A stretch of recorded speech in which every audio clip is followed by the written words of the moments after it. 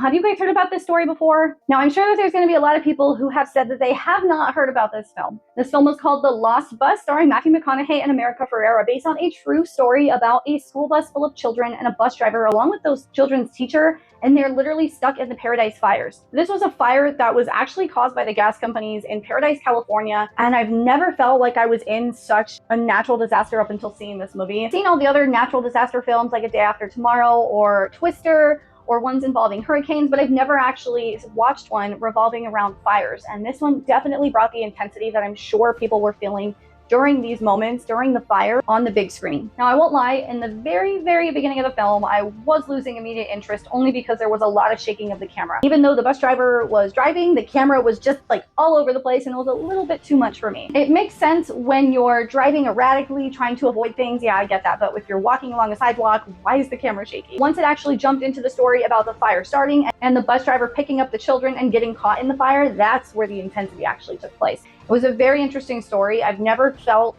so emotional watching a natural disaster film, and obviously because this was a true story, that's where those true emotions come from. Now, if you've heard about this story, maybe you already know the gas companies were responsible for this fire and they refused to cut the power during the fires, which just ignited even more. The performance dealt by Matthew McConaughey and America Ferrera were actually phenomenal. I really enjoyed watching them on the screen. With kids, you always get their natural, true reactions to things, and I'm actually really happy to see that they all did so well. It was definitely a good film to watch. I would say that this film was a 4 stars out of 5. I'm not sure if it's in theaters anymore because, like always, these types of films are always in theaters for about a week or less, and it's very unfortunate when that happens, but be sure to check it out and keep an eye out for when it hits streaming services. This movie is called The Lost Bus.